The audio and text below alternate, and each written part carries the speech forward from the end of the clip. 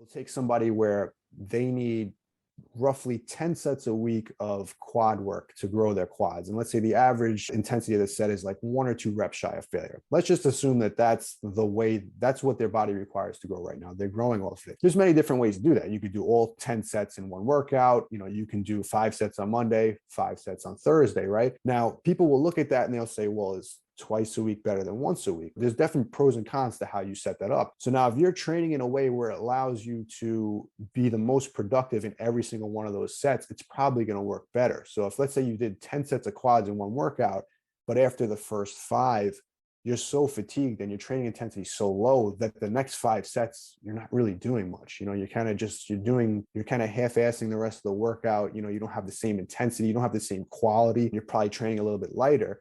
Now, if we move, let's say, those 5 sets over to another day during the week, now you're training that second half of the workout later in the week, but you're training it with much higher quality workouts, much higher quality sets. Maybe there's more weight in there. You're probably going to get better results. But it's not necessarily the fact that you trained it twice a week. It's just that you organized your training better so that you got higher quality of work done. It's kind of looking at it, a good example I always say is if you were studying for a test, if you cram one night, you're not going to retain as much information as if you studied a little bit throughout the week. So that's why higher frequency training generally tends to work better. Obviously, you could go down the rabbit hole and talk about, all different things that happen with high frequency training. You could get more into the science aspect of it, talk about protein synthesis and things like that. But when we really scale back and just kind of look at it big picture, the major difference is what was the quality of training that you did. If you could see a night and day difference in the actual sets you perform by organizing it in a different way, by organizing it with a higher frequency, it's always going to result in better progress over time.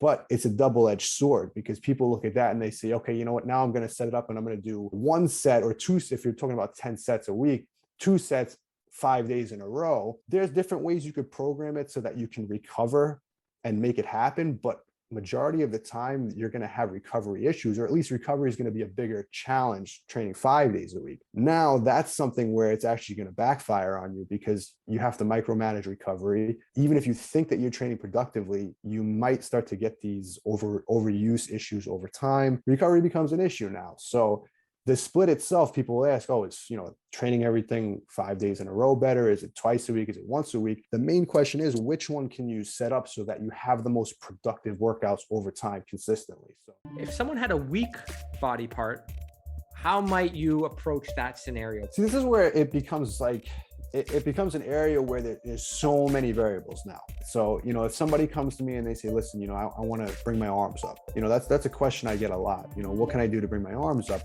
There's so many things we could look at. So number one, obviously, if it's a specific body part,